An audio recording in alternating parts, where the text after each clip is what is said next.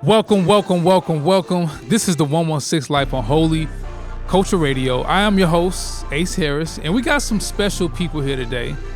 Someone who you have seen his work, someone who actually be co-producing the show. Got the amazing Joe Malone in the building. Yes, sir. Hey, thanks for having me, man. What's your official title? I just want to say marketing operations specialist person. But marketing operations director. Okay, yeah. Reach, yeah. Boom. Joe literally keeps in terms of project management, this dude is a beast at keeping stuff on schedule. I don't know what the people in the building or the artists would do without your official project management touch point. Thank you, man. Yeah, I mean, I feel like I just I started here 5 years ago as an intern. Joe lit. And it was always my dream to work here. And I think I came in with the mindset of how can I serve, how can I help people? And naturally just was inclined towards, I guess, just getting things done. Right. And so yeah, I just quickly found myself in a space where it's hey, I can be that person that just supports everybody in some way, shape, or form to ensure that the vision that we all have, it comes to fruition. No, that's dope. Yeah, shout out Joe. I mean, yeah, for real. In terms of the marketing tactics, the on schedule, the management, and a lot of the creative ideation process, I feel it's filtered through Joe. Yeah. So I just want to shout out you, man, as you're here. But it's also good to have you here as we introduce our next guest. Yeah. What's up? Some of y'all already know what it is. You heard about him. You've seen him. You've seen his work. You've listened to his work. Oh, yes. Shoot. You've definitely seen him pop off on X or Twitter or Threads, whatever we want to call it. He's great. You're great on socials, by the way. Thank you. Entertaining. Thank you. The amazing Kevin Hackett. What's up? Let's go, Kevin. Let's go. Thank you. What an introduction. Kevo. It is great to be here. Okay. What's up, man? How you feeling today, bro? I'm feeling amazing. It's my last day in Atlanta. Okay. Flying back to Canada. Okay. Vancouver. Okay. Mm-hmm. Going back home. Gonna enjoy the holidays. But yeah. Love Atlanta. That's what's up, man. And Vancouver, that's on the west side. That is the bottom left corner of Canada. What time zone is that? Pacific. So 3 hours behind, which is what I work on Atlanta time though. Yeah. So Kev is faithfully up at I'm 6 up o'clock at 6 a.m. and we get straight to it. What time you go to bed, bro? See, that changes. Okay. It depends on the day. I will gladly fall asleep at 9 and feel amazing the next morning. Wow. Or maybe I was hanging out with the roommates a bit too late and I go to bed at 11:30 and then I feel it. You know what I mean? But regardless, I feel like it's the same feeling as it's 6 a.m. So no matter what, I'm kind of the first couple minutes, I'm oh man, this is a lot. Normally late, I normally got to shoot you a text. Hey, jumping on. Kev, you jumping on Scrum? And I'm yeah, be there in a second. That's amazing. But it's great. I love working remote. So. I can't imagine working in a time zone 3 hours back. Yeah. It's kind of wild, but finishing work at 2 p.m. is the best thing. Oh. Think about that. Okay. Yeah, because even here, when we were wrapping things up and it was 5, and I'm this is weird. That was my entire day right there. But then dinner now. 2 p.m. I'm I have my whole day. So it's kind of tough on the front end, but when it's over with, it's over. Exactly. That's good. Yeah. But speaking of work, some people who may not know and what you do and your official role here. Tell the people what do you do? Yep. Your role at Reach and just overall Yeah. Who's Kevin Hackett? Who's Kevin? So I'm the creative director of design at Reach. So that basically means I handle a lot of all the cover artwork, whether that means hiring out, getting people designing on that, or just doing it myself. Helping assist in the vision for music videos and branding in general. Just kind of getting to oversee the visual world of Reach Records. That's and amazing. It's my dream job. So hey, I do it forever. I feel like we're in good company because I feel like I would say the role that I live and work in, I'm I love this, right? I love what I'm doing. I feel with purpose to do it, cause to do it, talented enough to do it. Yeah. And you guys are kind of saying a similar thing. Yeah. Maybe that's why we like working together. Is that what it is? Yeah. Honestly. We're passionate about it. Yeah. And go ahead. Say more. Similar to Joe, I grew up listening to Reach artists and I first started design making fan art for like Lecrae. Yeah. Like I was just like, when Gravity dropped, I was so inspired by the visual world of it all and like the CD booklet and everything. I'm like, man, I want to make something that like gives me this same feeling. Yeah. And so I would like post on Lecrae's like Facebook wall and be like fan art for like Falling Down featuring Triple E and Swoop, like things like that. Just like making random covers and Great stuff song, like that. by the way, too. But yeah. Such a good song. Yeah. And they were awful covers, but still it was like that was how I got started. That was like where my passion sort of kicked off, was just making fan art for these artists. When you say fan art, just like you would hand draw, or you would it use was in Photoshop. So Okay. I would just design like a random like cover art for a song that didn't have one. Oh, and that's you know what I amazing. mean? Just like making art based off of the song itself, and that was it. So you just wanted to do that out of just being inspired by what you were like, I guess, like seeing in the booklet. Like you wanted to just create. Yeah. And so did you buy a physical copy of Gravity? Like this Oh is, yeah, I pre-ordered it, which is crazy because my friend. You pretty much built Reach Records. Go ahead. Yeah, low key. My friend Jared was like, he's like, yo, there's this sick album coming out from this dude Lecrae, and like I heard Background before. That was the only song I heard, Gotcha. and then I saw the album cover, saw the name, and I'm like, this is so sick. You saw the album cover before you heard the music. Well, yeah, because none of the music off of Gravity was out except for like I Know, the And single. you didn't know a lot of his back. No, yeah, catalog. I just knew like Background and probably another song off of Rehab.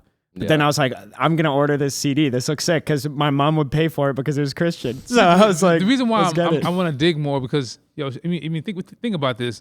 This is a different era, but you knew one or two Lecrae songs, but your friend showed you the album cover. Yeah. And you spent a $12.99 pre-order off of what you saw visually. Yeah. I just like knew some of his songs. That was it. And then I was like, this branding, this image is cool enough that I'm like, I want to own this. And so I did. And it ended up being like one of my favorite That's CHH so dope. I albums. feel like isn't that kind of like dope? Like how cover art then and still now, I don't want to downplay that. It doesn't.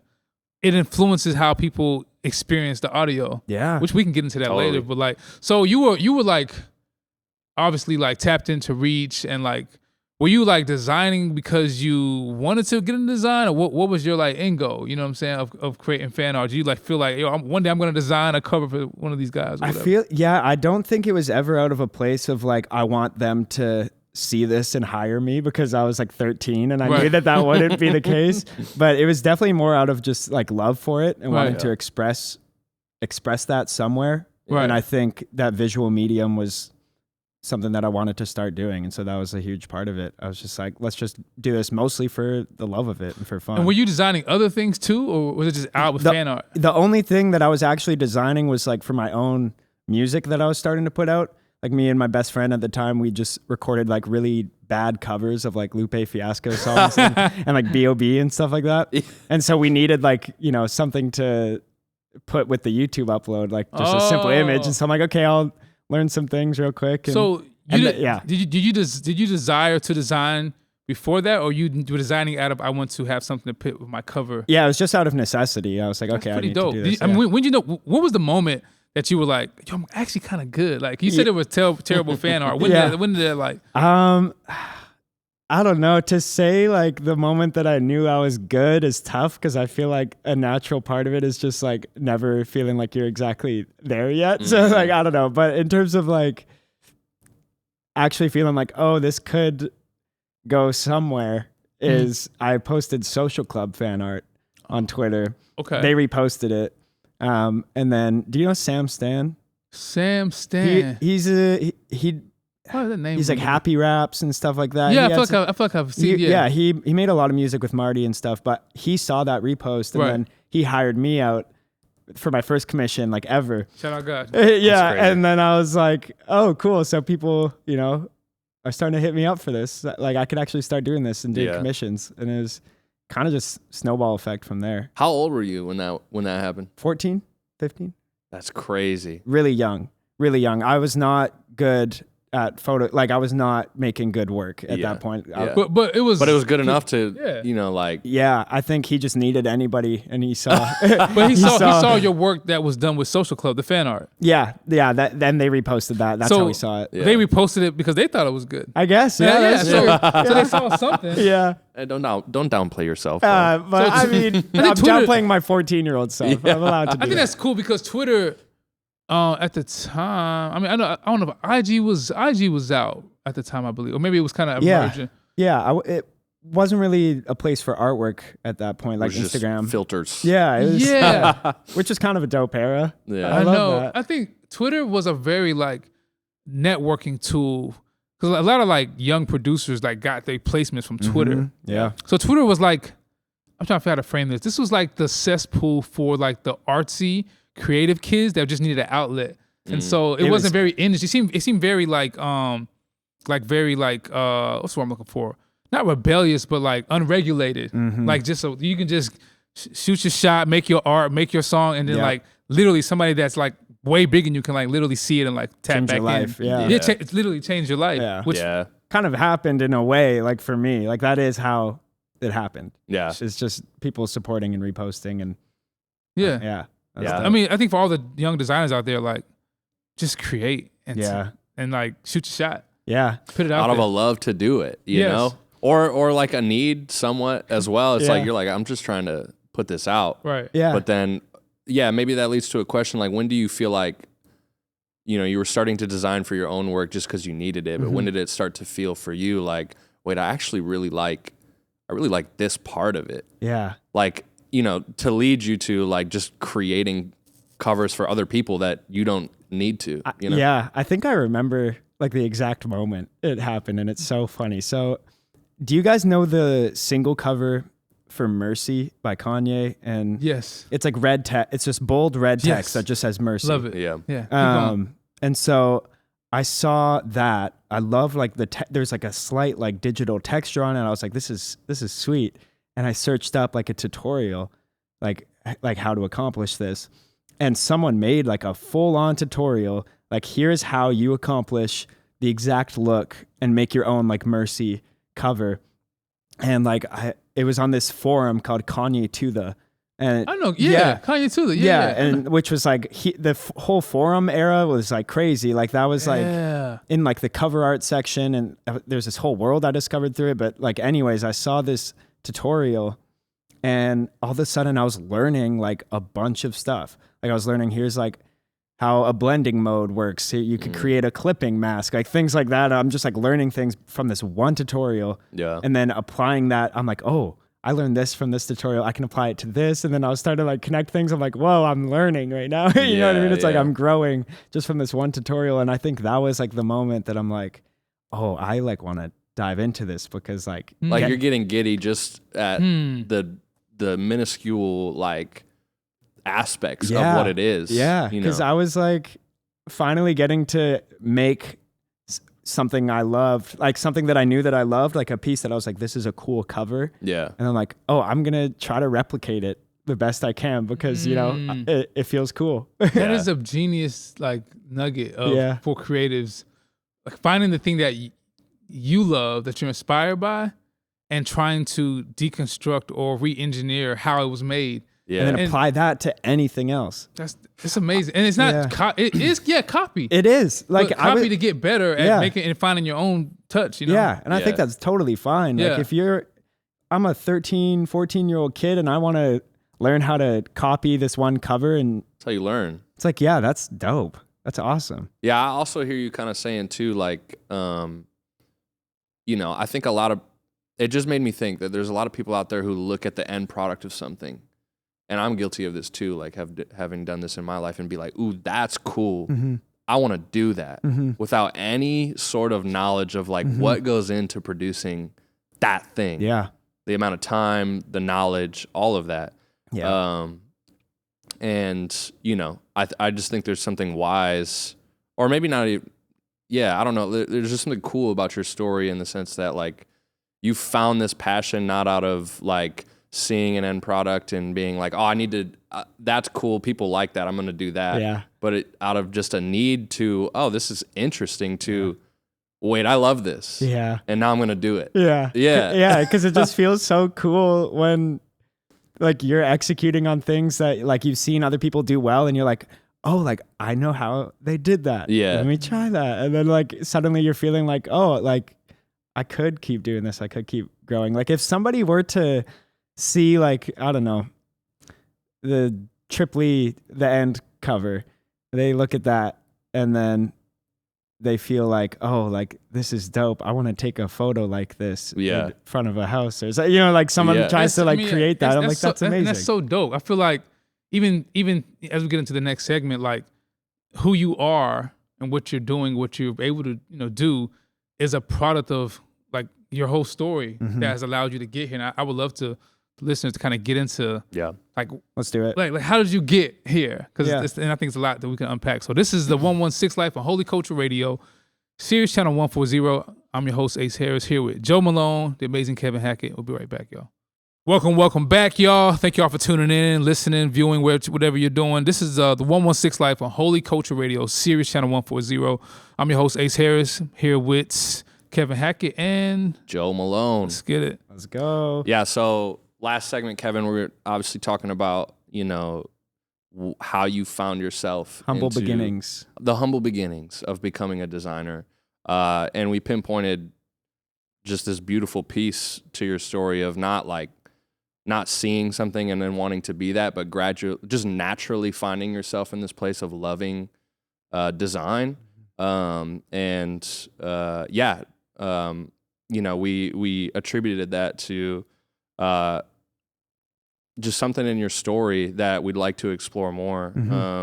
And something that people, everyone knows you for your work, your album covers, Andy Mineo, Trip Lee, Tadashi was your first one in. That's crazy. Everyone outside of Reach too. I mean, you've really dominated this space in the sense of just creating a lot of amazing visual work that people appreciate. Thank you. But what a lot of people don't know, and the pleasure that I get in working so closely with you, is just the type of person that you are, the joy that you bring to the environment, the feedback that you're able to give to all sorts of ideas, not just design or visual. You just understand people. Yeah. And so I would love to get to know how you became that person. Wow. And then how that's impacted your art. Yeah. So tell us a little bit about, what was it like growing up as Kevin Hackett? Yeah. That's awesome. Well, I have a lovely family that raised me Christian out in Vancouver. 2 awesome brothers. And we grew up going to church together. Really great environment. I think of my upbringing in such a positive light that shaped who I am today. And I owe that all to my family. And so that's, first of all, thank God for them. And that was a huge part of it for me. Yeah. And growing up as a Christian kid, there's the classic struggle of, is this just my parents' thing? Yeah. Or is this my own? Every Christian kid goes through that point that is so essential to sort of the adult faith. And I think summer camp, I'm very vocal about this too, played such a huge part in that. It was just to get right into it, grade 10, a bunch of my friends who were Christian at that point, who sort of almost built up this confidence in my own faith, because I'm everybody around me believes it too. It's real easy. They were starting to fall away from it, from faith. And so as a result, I started losing connection with them, and I was starting to just feel more lonely in general in high school. Just not really having that foundation of people reaffirming my faith back to me, which put me in a season of realizing I got to figure this out one-on-one, me and God, because if all these people fall away, if I'm putting my faith in the fact that everyone around me also believes it, then it's what relationship is that, you know? And so sort of as I went through that, decided to go to summer camp for a month to be a leader in training, do a volunteer program there, and met 20 amazing people who were also in the same program. People who I was like I was the best man at one of their weddings this past summer, like lifelong friendships in like 2015, built from this month.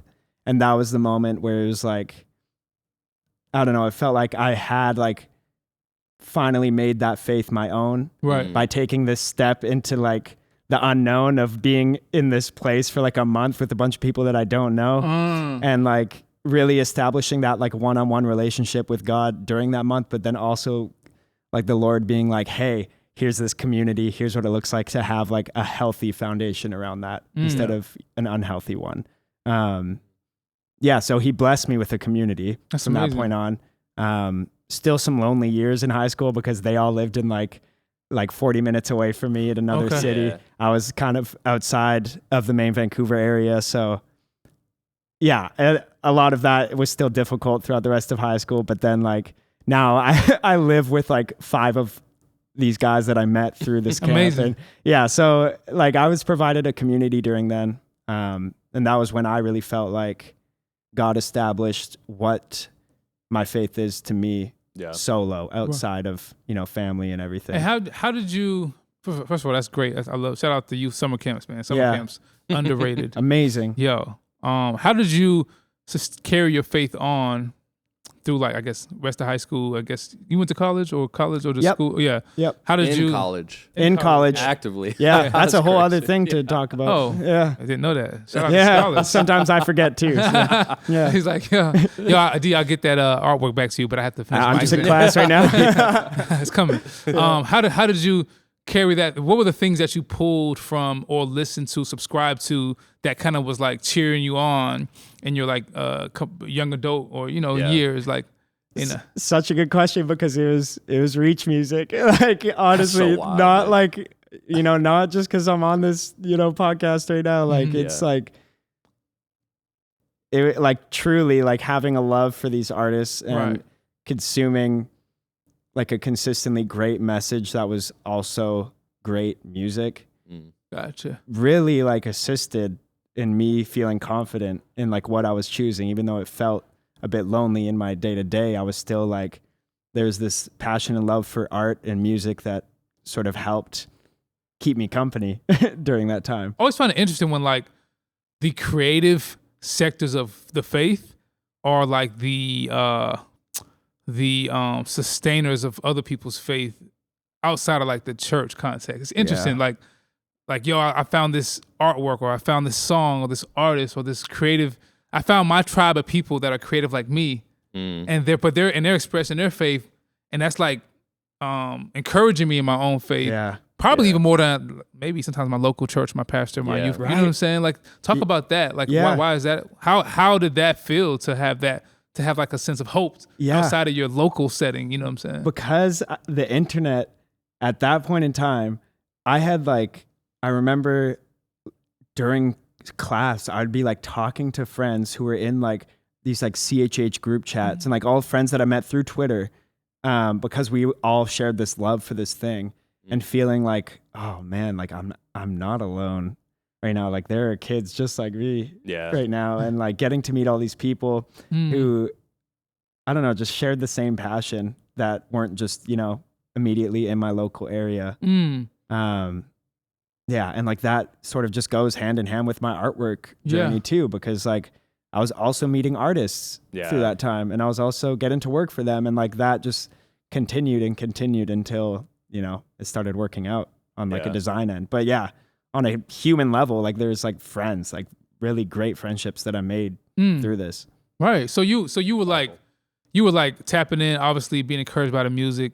Shout out the Outsider song on Anomaly. I feel like that song is like a beacon for a lot of people out there, especially you're in Vancouver. I don't know what the connection is to the U.S. or the States. It's like there's plenty of people like me. Yeah, all outsiders like me. Yeah, it's so good. What an intro. Yeah, I mean, it's just it's like, come on, guys, let's tap in. And I think with the creative community, I think that statement of the outsiders reigns very true.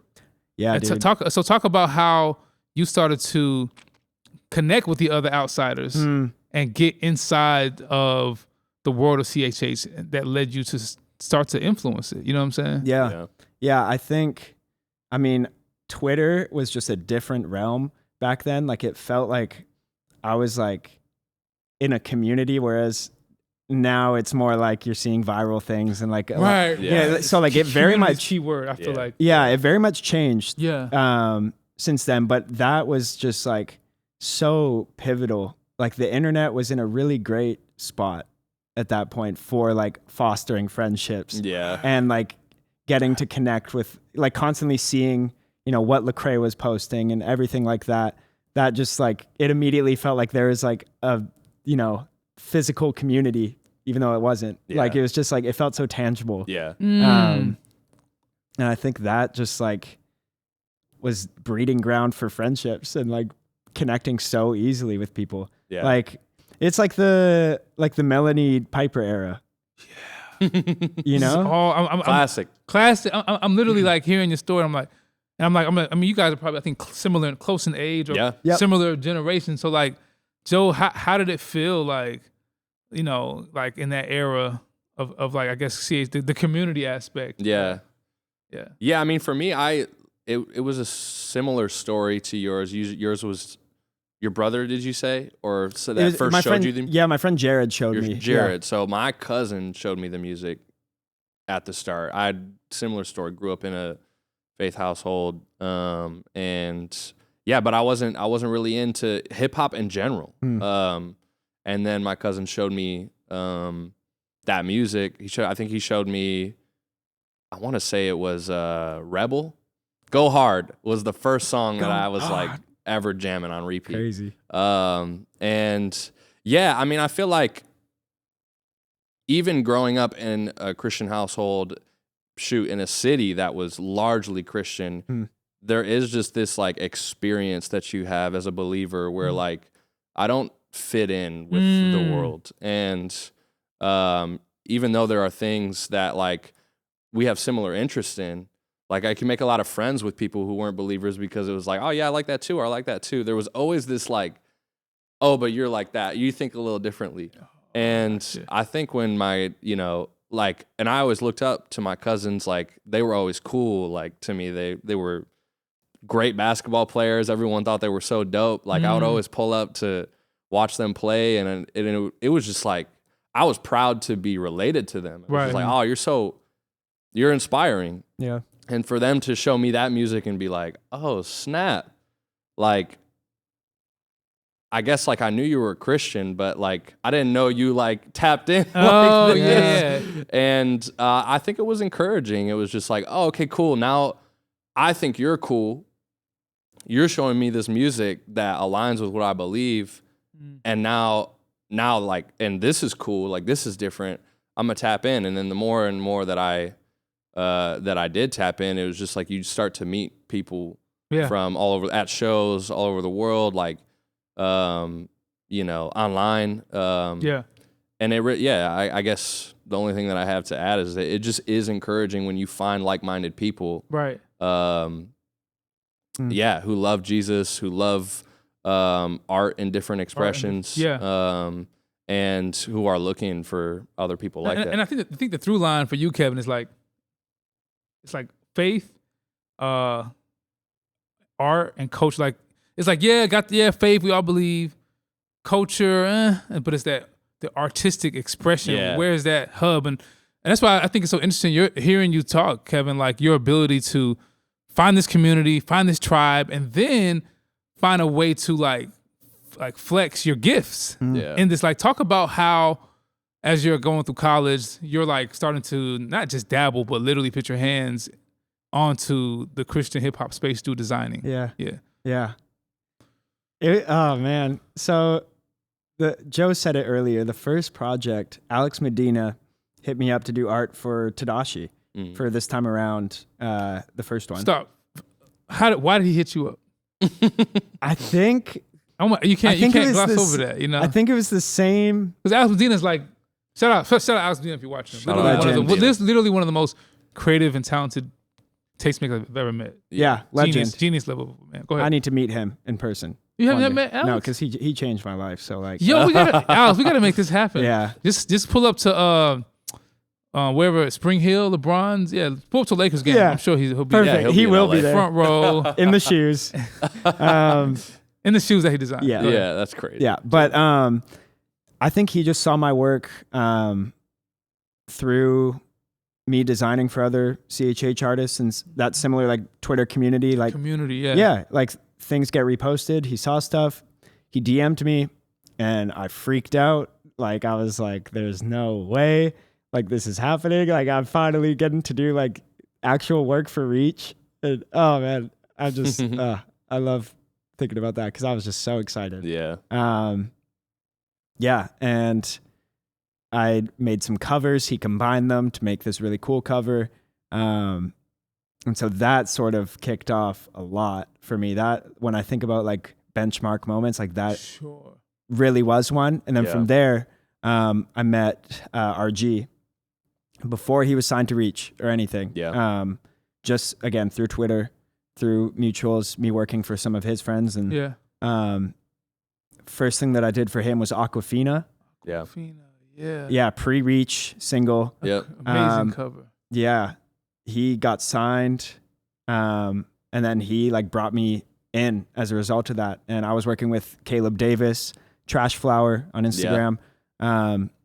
We worked on Pleasant Hill together, and yeah, true snowball effect from there. Like that Amazing. was just consistently got to do more work for Reach. And not just Reach, but like Christian hip hop, or other artists, and which totally. Is, yeah. And you know, I think that community that we're talking about, which is so encouraging and you know, inspiring for me to hear, the community, the network, the friendships, the reposting, and then a DM from Alex Medina to Tadashi, and then just like I said, snowball. And I would love to hear more about, even though that was like early Kevin, about some of the recent amazing stuff as on the next segment, but we'll put a pin in it right here. This is the 116 Life on Holy Culture Radio, Sirius Channel 140. I'm your host, Ace Harris, here with Joe Malone and Kevin Hackett. We'll be right back, y'all. Welcome back. This is the 116 Life on Holy Culture Radio, Sirius Channel 140. I'm your host, Ace Harris, here with Joe Malone and Kevin Hackett. Yes, sir, Kevin Hackett in the building. Designer / creative director / visual artist / artist / too many slashes to name. Friend. Oh, the most important one. That's right. That's number one. So you did all that, man. You got popping. Everybody wanted to work with you. You were kind of like slightly offered, or I guess Alex Medina was kind of transitioning out, and they were probably looking at finding who could be the next creative director. Yeah. I mean, you were like still in high school. Which we were talking about on the break. So. I mean, obviously that didn't happen at that moment, but fast forward to right now, I mean, you're the creative director at Reach Records, have touched so many amazing cover arts and visual products, not just cover arts. Like, how does it feel doing all that in light of where you've been and kind of still being in college? Like, how does that work? Yeah, so I guess with my college situation, I like completed the like 4-year design program there and did my thesis and everything. Which we could talk about more later, but I got offered to work for Reach during my 4th year. And so I had to go part-time school. And so since working at Reach, I've taken like 1 class a semester. Sometimes I just miss semesters.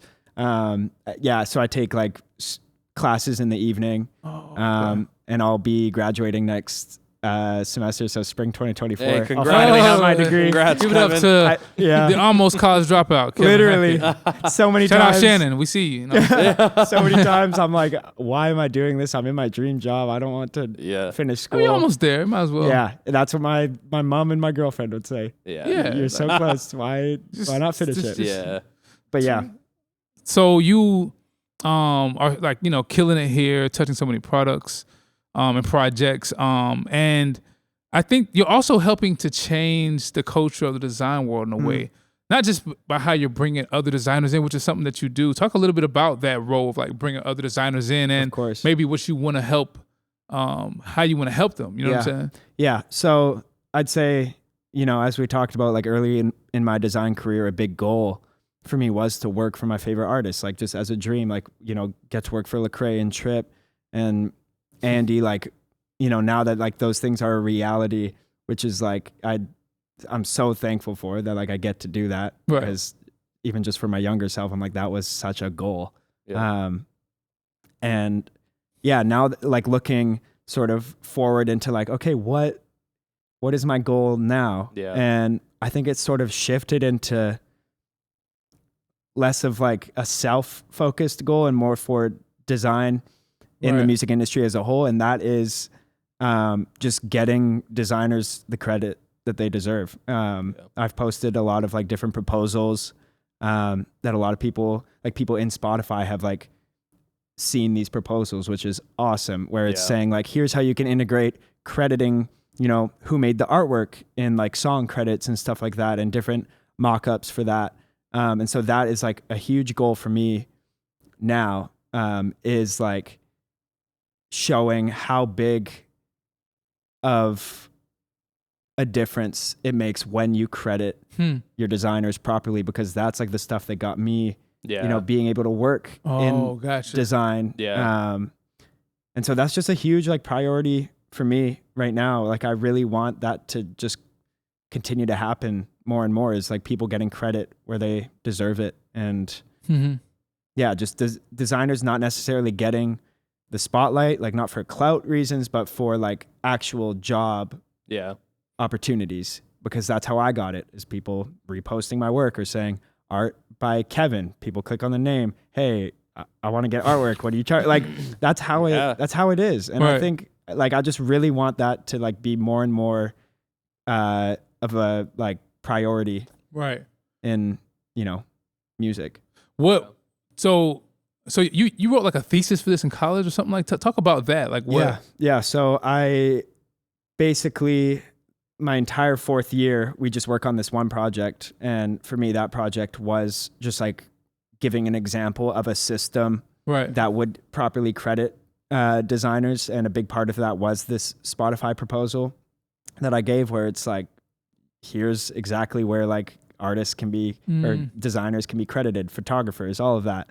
And that post like did really well. Like it got into the... Yeah, I remember seeing that joint on Twitter. Thousands of retweets. Yeah, like it got on, and people sent it in like the Spotify Slack channel, like people who worked at Spotify. And it was like, it was so encouraging, because it was like, everybody was like, this is awesome. People who weren't designers were like, I would love to see who made like these covers that I love. And people like really rocked with it. Listeners really rocked with it. And when you say credit for specifics, are you talking about like when you go to not all DSPs? Let's take Tidal and Spotify, because not every DSP is crediting everybody, so we're gonna leave it at that. But when you click on the options for the song, you can view where it says song credits.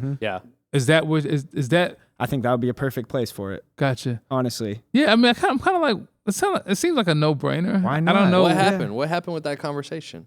You mentioned people at Spotify responded. It never went anywhere, and I tried. I'm still trying. Yeah. Like multiple times. Every year, I will do some sort of post that's like, here's how we can do this, and hoping it gets to the right What do you people. think that would be the reason to not take, is it a bandwidth, or like, it can't be a principle issue. I don't know. Yeah, because people... that seems, I think, a no-brainer. I've gotten false promises on it too, where it's like, we really want to implement this as like a project, like things like that, like hearing from people. But then like it doesn't go anywhere. And I don't know. I think a big part of that could be that also has to be implemented in the DSP upload process in credits. You know what I mean? That like, that needs to be something that's on the, release and where they're entering in this information on top of produced by, written by, which is, all in the liner I get notes. it. I definitely feel like it seems like a simple thing. And talk about like the crediting of people, even like in the social world, like how do you as a designer feel when someone, new song, new so-and-so, and a certain A&R may like post his... Hey, you're great at it. You're great at it. But I miss sometimes. Like talk about it, even as like in the Christian faith, we are in a weird... The internet has created some problems too, Joe, like where it's like, give me my credit for credit's sake, which can be a whole nother weird spinoff. Totally. How do we properly, and why should we properly credit or tag, or what's the heart behind that? Yeah, I like that you're bringing socials into this because that's what did it for me. Yeah. Like socials is probably still the biggest aspect, as much as it could be implemented into Spotify and things like that. Yeah. I do think that there should be this sense of responsibility, with the artists and like whoever's putting out the artwork too. Like even just a simple tag on the photo, which like Reach artists are so good at. Yeah. They'll just like tag who designed it. Yeah. I'm like, this is like, it's that easy, and like people recognize that. And I just want to be so clear that like it can so easily become a clout thing for people, when they're like, I just want, all these like random followers. So tag me. Yeah. But like the reality is it's like, it's for job opportunities. Like it is like such a practical thing. And like the way that I find designers to hire out for Reach is through socials a lot of the time. Yeah. And that's how I'm finding people, is people tagging this person that they made this artwork that I, really appreciate. Yeah. And it's just such a practical through line way to do it. And it's just, it's so important because I really want, designers to be able to live off of what they do. Yeah. And I see your heart for like, you just love what you do and you were afforded the opportunity to do it and you want to see that for more people. Yeah. And I can definitely see, obviously keep doing this because it does help. Like share who is pouring themselves into your creative on your socials when you have the chance to help them. But I think to your point, like even looking at socials, like you're sharing, this person that you're working with to your audience. But a lot of like that's limited in a sense. Like a lot of times you're working or creatives are working with similar clients often. Like that's just the reality is like, an artist is going to produce content for every release. A lot of times they're going to go and work with their people. Yeah. And if they're sharing you every time, obviously that's helpful. But at the same time, you're like, they're getting blasted to the same audience over and over. Yeah. So it's like, with what you're saying, I see a whole lot of value because,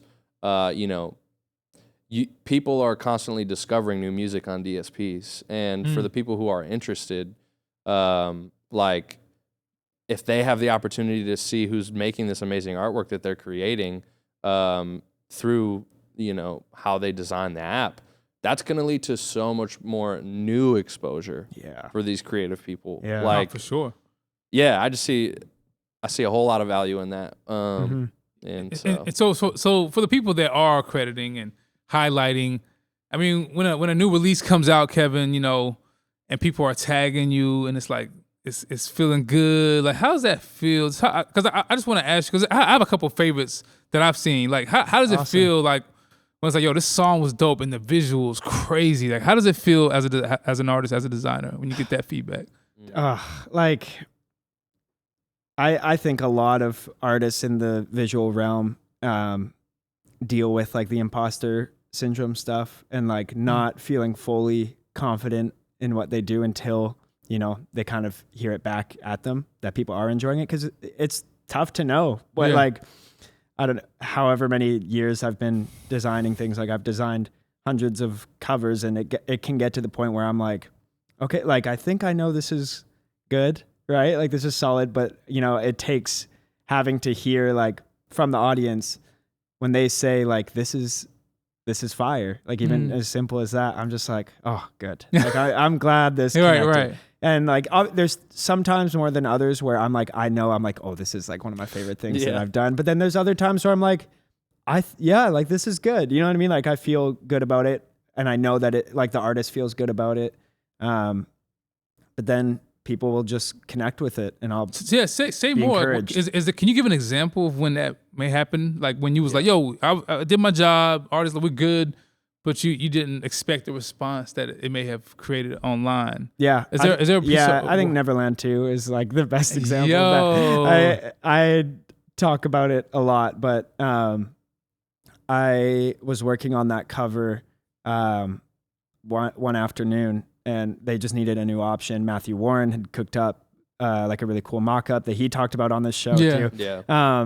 And like when I wrapped it up, I sent it to a group chat of my friends who like just give really great feedback on art all the time. Like like for example, we'll send like a cover in this group chat and it'll be like cover art council. What do you guys think? And just like talk about art, like, and we'll do that constantly. And so that was almost happening for this, where I'm like, okay, I just made this.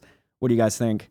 Thinking like, yeah, this is like solid. Like, I think this could really work. And they were like, this is amazing, dude. Like, this is like one of my favorite pieces of yours. And then and then we put it, I showed Andy on FaceTime and he was like, whoa. And I was like, oh, sweet. Like that was like a moment where I knew it was like solid, but just based off of the feedback, I felt really encouraged. Right. Yeah. Yeah. One of my favorites is No Church in a While album cover. Yeah. Because I feel like I underrated. Just like the aesthetic. It's the aesthetic. It's kind of like, it's classic. Yeah. Yeah, I think that yeah, I mean, I think that was one of my. I think Church Clothes 4 is definitely up there too. I actually think one of my favorite things that I made this year, this is the most obscure thing. Yeah. Is the alternate back track list for Dry Clean Only.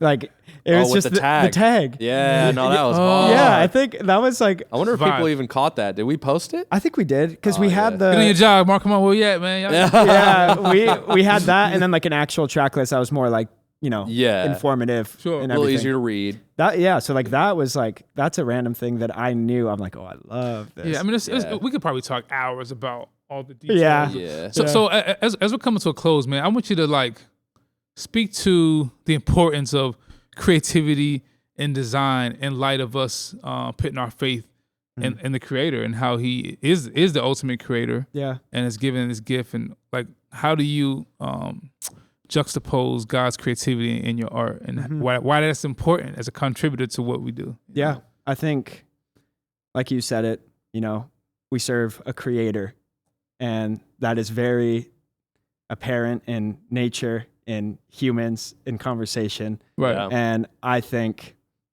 I find such joy and purpose in being able to reflect that creation in any aspect and give it back, you know, for the glory of God. And I think that that's why I'm so thankful for where I'm at in life, because we get to make art that goes to believers, that's attached to music, that is out of a place of faith and glory to God. And so I'm just very thankful that I get to serve the kingdom in that way. And I encourage anybody else to follow that love for creating and direct it right back to the creator, because that's what it's all about. It's beautiful. Man, I can't say nothing else. Yeah, no, mic drop. Kevin Hackett on all socials. I think it's Kevin.Hackett. Yeah, on Instagram. Okay. Yeah. Y'all should get familiar. You'll find you. Man, it's great having you, man. Keep killing it, man. We love working with you and all you do for this building, this space, and for the kingdom, man. It's 116 Life, Holy Culture Radio, Sirius Channel 140, and that's it, y'all. We'll see y'all next time.